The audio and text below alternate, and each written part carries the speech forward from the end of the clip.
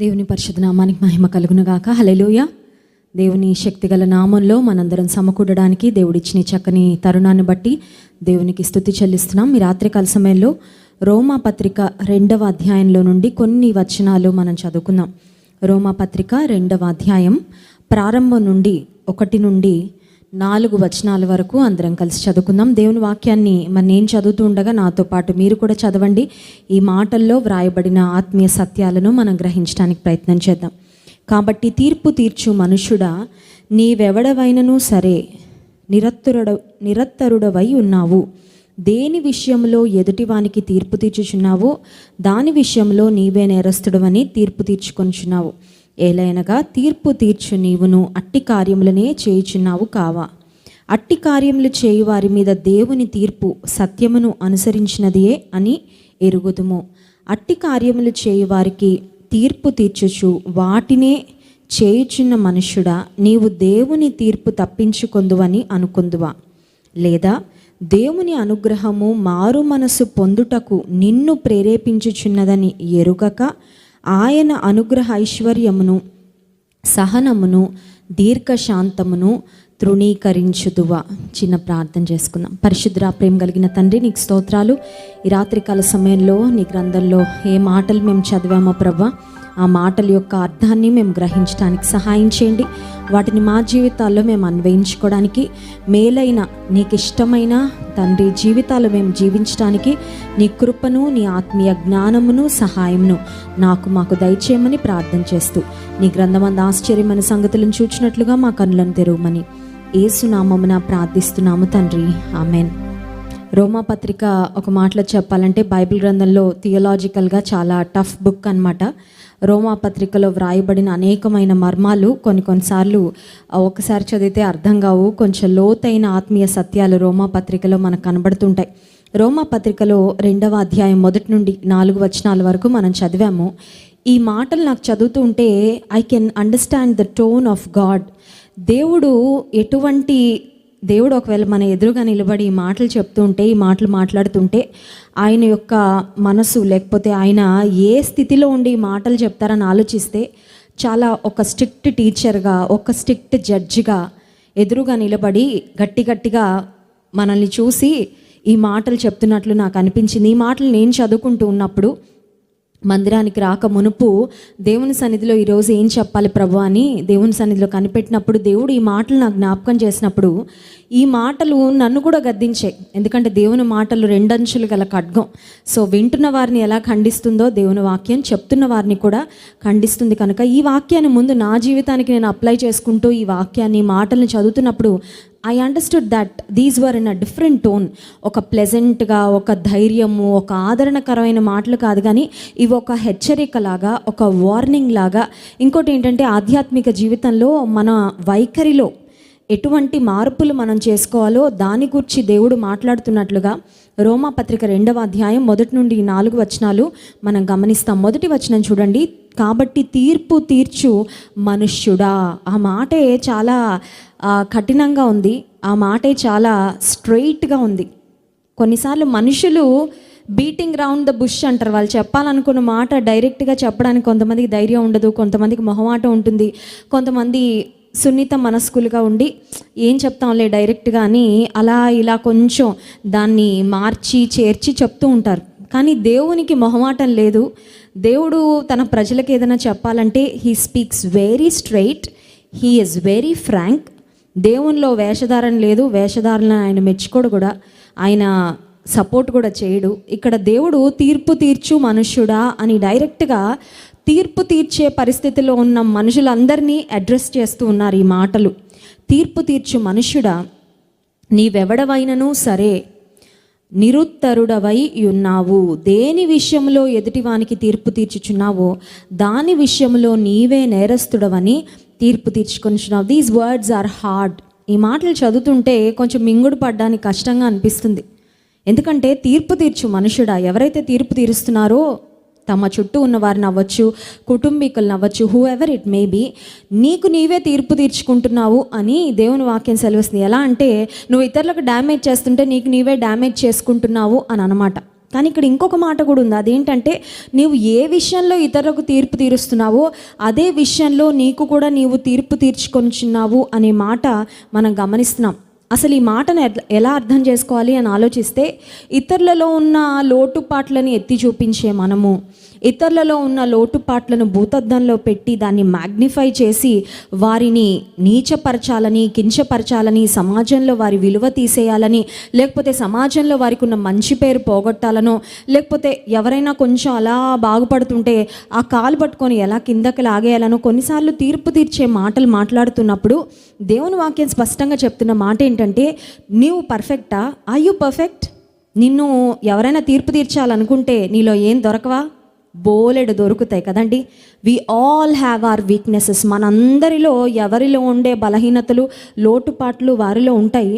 ఎదుటి వానికి నీవు తీర్పు తీరుస్తున్నావు, తీర్పు తీర్చు మనుష్యుడా. ఈ మాట అయితే చాలా హార్డ్ వర్డ్గా నాకు అనిపిస్తుంది. ఎందుకంటే దేవుడు చాలా సూటిగా తీర్పు తీర్చే మనస్తత్వం ఉన్న వ్యక్తులతో ఈ మాటలు మాట్లాడుతున్నాడు. రోమా పత్రికలో నీవు ఎవరికి తీర్పు తీరుస్తున్నావో, ఏ విషయాలలో తీర్పు తీరుస్తున్నావో ఆ విషయాలలో నీకు కూడా నీవు తీర్పు తీర్చుకుంటున్నావు అని మర్చిపోదు. ఇంకొక మాట మనం గమనించాల్సింది ఏంటంటే, when you are portraying someone as a weak person, ఒక వ్యక్తి నువ్వు బలహీనుడు, నీచుడు, లేకపోతే అలాంటి వ్యక్తి, ఇలాంటి వ్యక్తి అని నువ్వు స్టాంప్ వేస్తున్న సమయంలో నువ్వు గుర్తుపెట్టుకోవాల్సింది, నీ స్థితి కూడా ఒకప్పుడు అలాగే ఉందేమో. Or maybe you are like that right now. బహుశా ఇప్పుడు కూడా అలాగే ఉన్నావేమో. కాకపోతే నీ బ్రతుకు మాత్రం నువ్వు నేనంతా బాగానే ఉన్నాను అని నువ్వు ఒక భ్రమలో బ్రతుకుతూ ఎదుటి వారిని పాయింట్అవుట్ చేస్తున్నావేమో. Or maybe in the future నీవు ఎవరిని తీర్పు తీరుస్తున్నావో ఆ స్థితిలో నువ్వు భవిష్యత్తులో ఉంటావేమో. దేవుడు చాలా స్పష్టంగా చెప్తున్న మాట ఏంటంటే, తీర్పు తీర్చు మనుషుడా, నీవెవరిని తీర్పు తీరుస్తున్నావో అదే విషయంలో నీకు కూడా నీవు తీర్పు తీర్చుకుంటున్నావు అని మర్చిపోవద్దు. ఆ తర్వాత మాట ఏంటంటే 2వ వచనం, అట్టి కార్యములు చేయు వారి మీద దేవుని తీర్పు సత్యమును అనుసరించినదియే అని ఎరుగుము. దేవుడు సత్యవంతుడు, దేవుడు న్యాయవంతుడు, దేవుడు తీర్పు తీర్చేవాడు, ఆయన సింహాసనం మీద ఉన్నాడు. He is a righteous judge. నిన్ను వదిలిపెట్టడు, వాళ్ళు తప్పు చేస్తే వాళ్ళని కూడా వదిలిపెట్టడు. సో జడ్జ్ సీట్ నువ్వు తీసుకోవద్దు. That is exactly what the Bible cess. Bible చెప్తున్న మాట ఏంటంటే, తీర్పు తీర్చడానికి తీర్పరి అయిన దేవుడు ఉన్నాడు, తీర్పు తీర్చడానికి న్యాయాధిపతి అయిన దేవుడు ఉన్నాడు. ఆయన తీర్పులు సత్యమైనవి, ఆయన తీర్పులు న్యాయమైనవి, ఆయన తీర్పులలో ఎలాంటి తేడాలు ఉండవు. ఆయన తీర్పు తీర్చాడంటే సూట్ కేసులతో కోర్టు కేసులు క్యాన్సిల్ అయిపోయినట్లు జరగదు దేవుని దగ్గర. సో తీర్పు తీర్చే దేవుడు ఒకడు ఉన్నాడు అని మర్చిపోకు. నువ్వు తీర్పు తీర్చేయాలని ఎందుకు తొందరపడతావు? నీకు తీర్పరిగా పోస్ట్ ఎవరు ఇవ్వలేదు కదా. That is not your job, that is not your duty. అది నీకు దేవుడిచ్చిన ఉద్యోగం కాదు, అది నీ పిలుపు కాదు, అది నీకు ఆశీర్వాదం అంతకంటే కాదు. ఎందుకంటే నువ్వు ఇతరులను ఎప్పుడైతే తీర్పు తీరుస్తుంటావో అదే విషయంలో నీకు కూడా నీవు తీర్పు తీర్చుకుంటున్నావు అని మర్చిపోద్దు. ఆ తర్వాత 3వ వచనం చూడండి, అట్టి కార్యములు చేయు వారికి తీర్పు తీర్చుచు వాటినే చేయుచున్న మనుష్యుడా. ఇది ఇంకా హార్డ్గా ఉందండి. లిటరల్గా ఈ వచనాలు నేను చదువుతున్నప్పుడు నాకు ఇవి అపోస్తలుడైన పౌలు రోమాలో ఉన్న దేవుని సంఘానికి మాటలు రాశారు, కానీ these are very straightforward words. ఇవి నిర్మోహమాటమైన మాటలు, చాలా కఠినమైన మాటలు. ఎలా అంటే శరీరంలో ఒక ఎక్సెస్ గ్రోత్ ఏదైనా వస్తే దాన్ని డాక్టర్ ఎలా కత్తితో కోసేసి ఆపరేట్ చేసేస్తాడో, లేకపోతే మీకు మంచిది కాదని మనలో కూడా కొన్ని యాటిట్యూడ్స్ని దేవుడు వాక్యం అనే ఖడ్గంతో అలా ఖండిస్తాడు, అంతే. That's it.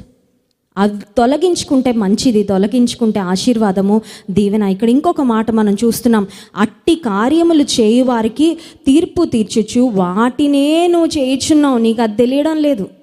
బైబిల్లో ఎక్కువగా మనం స్వపరీక్ష అనే మాట గమనిస్తూ ఉంటాం. దేవుని బలలో పాల్పొందేటప్పుడు కూడా ప్రతి మనుషుడు తన్ను తాను పరీక్షించుకొని ఆ రొట్టెలోనిది తినవలెను, ఆ పాత్రలోనిది త్రాగవలెను అనే మాట. The Bible doesn't talk about examining someone else. నీ ప్రక్కన ఉన్న వారిని నువ్వు పరీక్షించాల్సిన, దట్స్ నాట్ యువర్ బిజినెస్. నిన్ను నీవు పరీక్షించుకో అని దేవుని వాక్యం సెలవిస్తుంది. ఎందుకు? ఇతరులను నువ్వు పరీక్షిస్తే నువ్వు తీర్పు తీర్చాలనిపిస్తుంది, ఎందుకంటే నీ కాన్సన్ట్రేషన్ అంతా వారి మీద ఉంటుంది కాబట్టి. ఇతరులను నువ్వు తీర్పు తీరుస్తూ బ్రతుకుతున్నప్పుడు దేవుని మాటను కూడా మనం ధిక్కరిస్తూ ఉంటాం. ఇంకొకటి, ఇతరులను తీర్పు తీర్చే వారిలో చాలాసార్లు ఐఎమ్ హోలీ, అనే యాటిట్యూడ్ ఒకటి డెవలప్ అవుతుంది. ఎందుకంటే ఇతరులను ఎక్కువగా గమనించి వారి లోటుపాట్లను ఎప్పుడు పరిశీలించే ఆ మనస్తత్వం, ఆ మెంటాలిటీ ఉన్న మనుషుల్లో నేను సెల్ఫ్ రైచస్ అంటే నాలో స్వనీతి ఉంది. స్వనీతి కూడా పాపమే, దేవుని వాక్యం సెలవిస్తుంది. స్వనీతి పాపము. మన నీతి దేవుని దృష్టిలో మురికి గుడ్డ లాంటిదే. వాళ్ళలో ఆ తప్పు ఉందంటే నీలో ఉందని నువ్వు చూసుకోకుండా చెప్తున్నావు. ఆర్ మేబీ నువ్వు కూడా గతంలో అదే స్థితిలో ఉండుండొచ్చు. ఆర్ నీకు తెలియదు నీ భవిష్యత్తు అంతకంటే నీచంగా హీనంగా ఉండబోతుందేమో. ఇంకొక ప్రాముఖ్యమైన మాట ఏంటంటే, ఇతరులను తీర్పు తీరుస్తూ ఇట్స్ లైక్ పాయింటింగ్ ఫింగర్స్, ఇతరుల మీద వేలెత్తి చూపిస్తున్నప్పుడు మనం ఏదో నీతిమంతులు అన్నట్టు, మనమేదో బెటర్ అన్నట్టు, మనమేదో రైచస్ అన్నట్టు, నేనేదో బాగా మంచి స్థితిలో ఉన్నాను అన్నట్లుగా మనం భావించుకుంటున్నట్లు ఒక రకమైన స్వనీతిలోకి కూడా వెళ్ళిపోతున్నట్లు. స్వనీతి కూడా పాపమే. స్వనీతి వలన గర్వం కూడా వస్తుంది ఖచ్చితంగా. ఈరోజు మార్నింగ్ ఎలా తగ్గింపు జీవితాన్ని కలిగి ఉండాలి అనే ప్రశ్నకు యూత్ మీటింగ్లో ఒక చెల్లెమ్మ అడిగితే దానికి ఆన్సర్ చెప్పాను దేవుని వాక్యంలో ఉండి. ఒకవేళ మీకు సమయం ఉంటే ఆ మెసేజ్ మీరు చూడండి. You will be blessed. కొన్నిసార్లు మన జీవితంలో తగ్గింపు కష్టం. ఇంకోటి ఏంటంటే తగ్గింపుకు ఆపోజిట్ హెచ్చింపు, గర్వం చాలాసార్లు మన జీవితంలో ఎందుకు వస్తుందంటే ఆధ్యాత్మిక జీవితంలో గర్వం వచ్చేస్తుంది కొన్నిసార్లు. అదేంటండి, ఆత్మీయంగా ఉంటే కూడా గర్వం వస్తుందా? లోకంలో బ్రతుకుతున్నప్పుడు, దేవునికి దూరంగా బ్రతుకుతున్నప్పుడు గర్వం వస్తుంది, కానీ ఆత్మీయంగా బ్రతుకుతున్నప్పుడు కూడా గర్వం వస్తుందా అంటే ఎస్. దాన్ని ఏమంటారంటే ఆత్మీయ గర్వం అంటారు.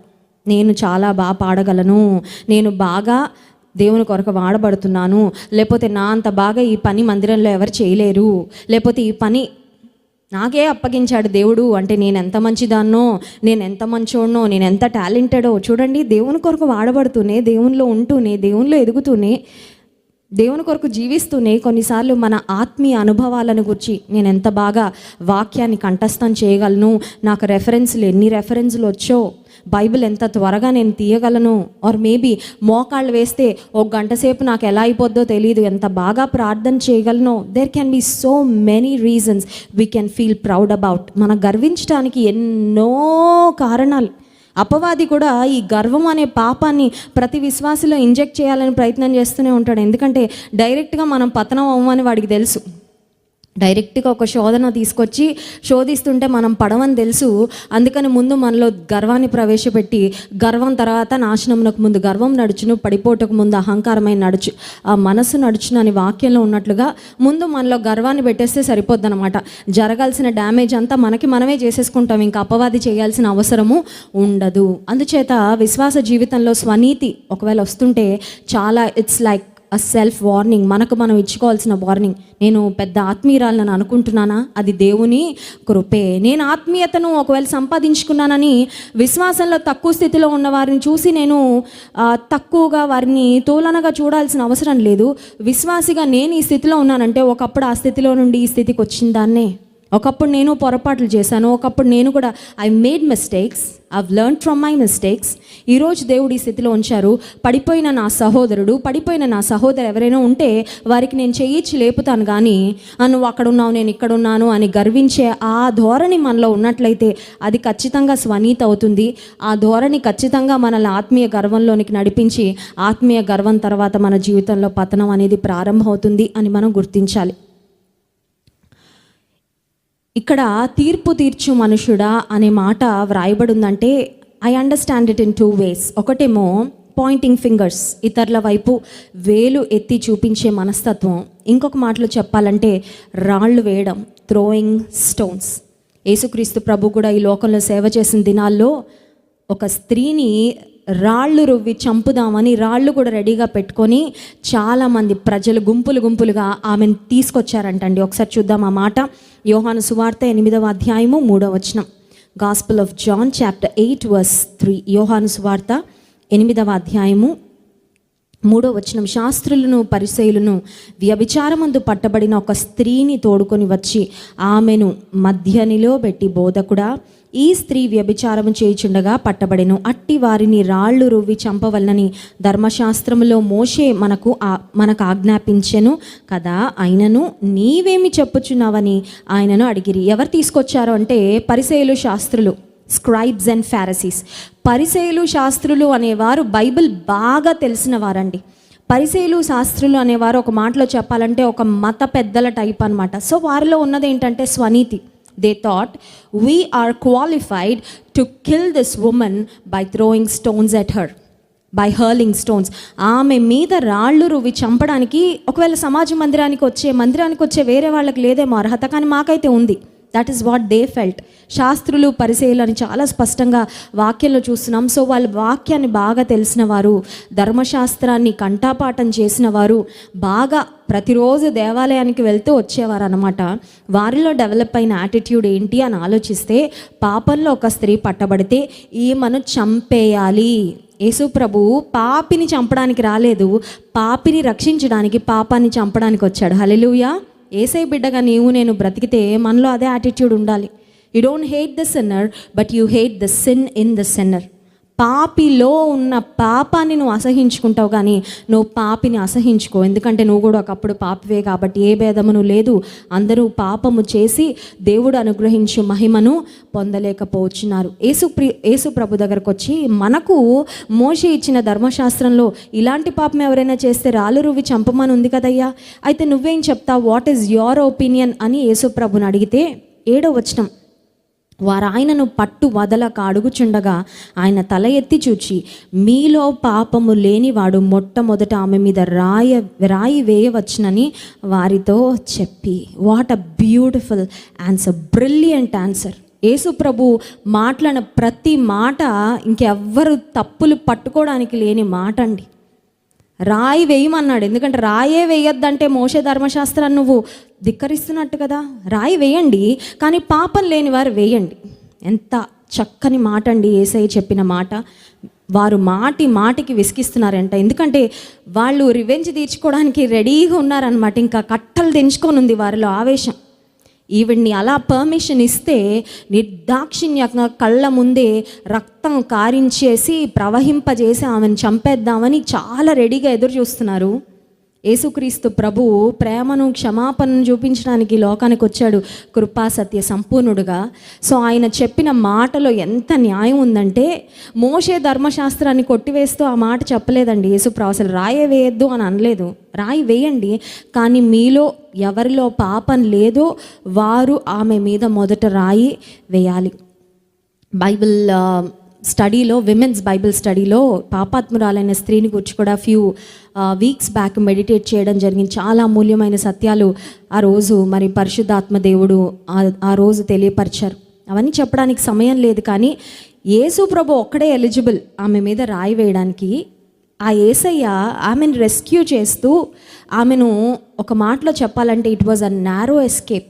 యేసు ప్రభువే కనుక పట్టించుకోకపోయినా, ఆన్సర్ చెప్పకపోయినా, యేసు ప్రభు ఆ టైంలో అలా జస్ట్ వాక్ అవే, నేను వెళ్ళిపోతాను, మీరు ఏం చేసుకుంటే చేసుకోని అంటే ఆ రోజు ఆమె ప్రాణం అక్కడికక్కడ పోయుండేది.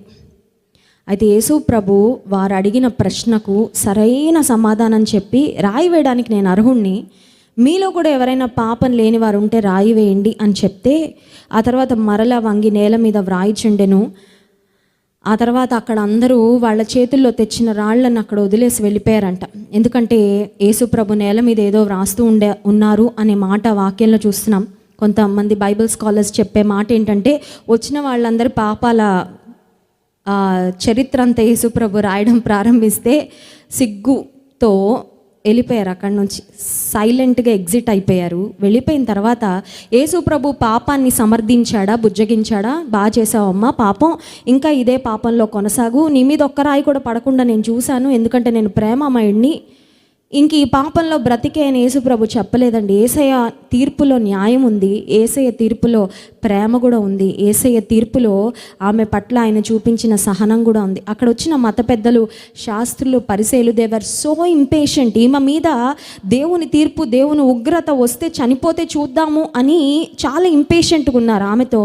కానీ యేసు ప్రభు చాలా సహనాన్ని ఆమె విషయంలో చూపించి, యేసు ప్రభు చెప్పిన మాట ఏంటంటే 10వ వచనం, యేసు తల ఎత్తి చూచి, అమ్మా, వారెక్కడ ఉన్నారు, ఎవరునూ నీకు శిక్ష విధింపలేదా అని అడిగినప్పుడు ఆమె లేదు ప్రభువా అనెను. అందుకు యేసు, నేనును నీకు శిక్ష విధింపను, నీవు వెళ్ళి ఇక పాపము చేయకము. యేసు ప్రభు ఇచ్చిన తీర్పులో గద్దింపు కూడా ఉందండి. యేసుప్రభు ఇచ్చిన డైరెక్షన్ కూడా ఉంది. యేసే అన్నాడు, వాళ్ళెవరూ నీ మీద రాళ్ళు వేయకుండా నేను కాపాడాను, నేను ఎలిజిబుల్ నీ మీద రాయి వేయడానికి, ఎందుకంటే నాలో పాపం లేదు, నాలో పాపం ఉన్నదని మీలో ఎవడు స్థాపించగలడంటే ఎవరు ప్రూవ్ చేయలేకపోయారు ఆయనలో ఉన్న పాపాన్ని.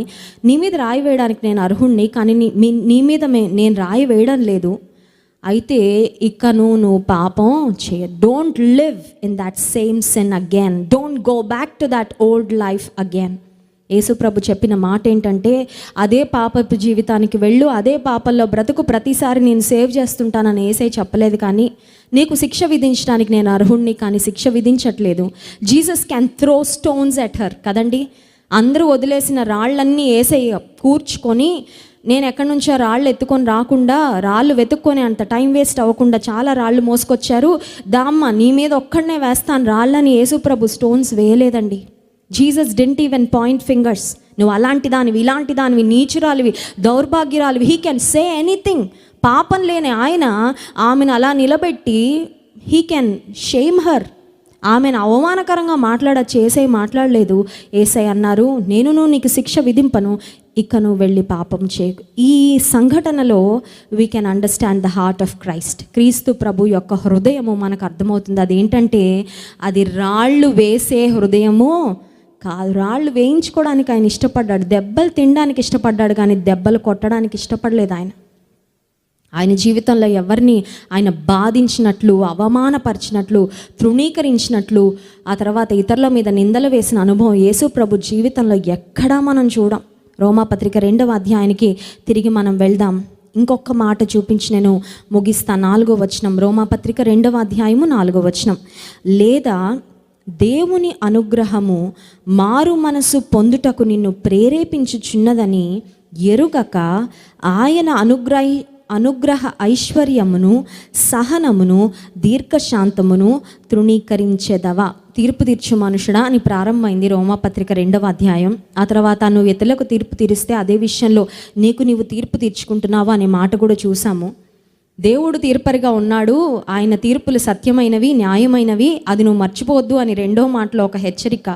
మళ్ళీ 3వ మాటలో మనం చూస్తే దేవుని తీర్పు కూడా నువ్వు తప్పించుకోలేవు అని మర్చిపోవద్దు. నువ్వు తీర్పు తీర్చేసి అయిపోయింది నా పని అని చేతులు దులిపేసుకుంటున్నావేమో, నువ్వు కూడా తీర్పులో నిలబడతావు ఇలాంటి ప్రవర్తనలో ఉంటే అనే మాట కూడా 3వ వచనంలో చూసి, అండ్ దెన్ ఫైనలీ అక్కడ ఒక ప్రాముఖ్యమైన మాట మనకు కనబడుతుంది. అదేంటంటే దేవునిలో ఉన్న కొన్ని ప్రాముఖ్యమైన లక్షణాలు. ఆయన అనుగ్రహ ఐశ్వర్యము, సహనము, దీర్ఘశాంతము తృణీకరించెదవా. God's kindness and God's patience. దేవుడు ప్రతి మనిషికి తీర్పు తీర్చాలంటే ఇలా ఈ క్షణం తీర్పు తీర్చి మనందరినీ నరకానికి తోలేయచ్చండి. చీపురుతో మనం చూడండి, ఇంట్లో చెత్త పడితే అలా ఒక్కసారి స్వీప్ చేస్తే అన్ని డస్ట్బిన్లోకి వెళ్ళిపోతాయి. ఈ ప్రపంచంలో ఈ క్షణం దేవుడు ఒక్కొక్కరిని నిలబెట్టి తీర్పు తీరిస్తే వీఆర్ ఫిట్ ఫర్ హెల్. నరకానికి ఇలా తోసేయచ్చు. మీరు రక్షణ పొందడానికి కూడా అర్హులు కాదు. ఎందుకంటే రక్షణ పొంది కూడా మీరు ఎన్నిసార్లు తప్పిపోయారు, ఎన్నిసార్లు పడిపోయారు, ఎన్నిసార్లు నా మాట ధిక్కరించారు, ఎన్నిసార్లు విరోధంగా ప్రవర్తించారని దేవుడే కనుక మనల్ని పాయింట్అవుట్ చేస్తే, ఆయన మనకు తీర్పు తీరిస్తే we would not be here today. ఈరోజు అసలు ఈ స్థితిలో మనం ఉండం. కానీ దేవుని యొక్క అనుగ్రహ ఐశ్వర్యము, ఆ తర్వాత దేవుని యొక్క సహనము అనే మాట మనం వాక్యాలను చూస్తున్నాం. అవి నువ్వు మర్చిపోవద్దు, వాటిని నువ్వు పొందుకుంటున్నావు అని గుర్తుపెట్టుకో. నువ్వు ఇతరులను తీర్పు తీరుస్తున్నప్పుడు దేవుని యొక్క అనుగ్రహ ఐశ్వర్యమును, దేవుని సహనమును, దేవుని దీర్ఘశాంతమును నీవు తృణీకరిస్తున్నావు అని మర్చిపోవద్దు. ఫైనల్గా ఒక మాట నేను చెప్పి ముగిస్తాను. Instead of trying criticism, let's try patience and kindness. Yesu ప్రభు ఆ పాపాత్మురాలైన స్త్రీ విషయంలో క్రిటిసైజ్ కానీ, జడ్జ్మెంటల్గా కానీ, పనిష్మెంట్ ఇవ్వడం కానీ చేయలేదు. He showed her kindness and he was patient with her. ఆమె విషయంలో అనుగ్రహ ఐశ్వర్యాన్ని చూపించాడని, అనుగ్రహం అండి అంతే. ఆమె అనుకొని ఉంటుంది, ఈయన ఎవరో మహానుభావుడు, నాకు ప్రాణభిక్ష పెట్టాడు, జీవితం అంతా ఈ యేసయ్యకి నేను రుణస్తురాలు, ఎందుకంటే అన్ని రాళ్ళు నా మీద ఎత్తబడినా ఒక్క రాయి పడకుండా నన్ను కాపాడాడు, ఇకను నేను పాపము చెయ్యను. అప్పటి నుంచి ఆమె బ్రతుకు ఖచ్చితంగా మారుంటుంది ఆ స్త్రీ జీవితం. ఈ రాత్రికాల సమయంలో కూడా దేవుని మనసును కలిగిన వారంగా, దేవుని బిడ్డలమని దేవుణ్ణి ఆరాధించడం, ప్రార్థన చేయడమే కాదు, యేసయ్య మనసు కూడా మనం కలిగి ఉండాలి. యేసయ్య మనసు ఏంటి అని ఆలోచిస్తే అ heart that shows kindness and a heart that shows patience. ఇతరులకు దయను, సహనాన్ని చూపించే హృదయం, అంతేగాని రాళ్ళు వేసే, రాళ్ళు విసిరే, లేక వేళ్ళెత్తి చూపించే, ఇతరులకు తీర్పు తీర్చే హృదయం కాదు. యేసయ్య మనసును కలిగి లోకంలో మనం బ్రతకడానికి దేవుడు మనకు తన సహాయం అనుగ్రహించును గాక. ఆమేన్.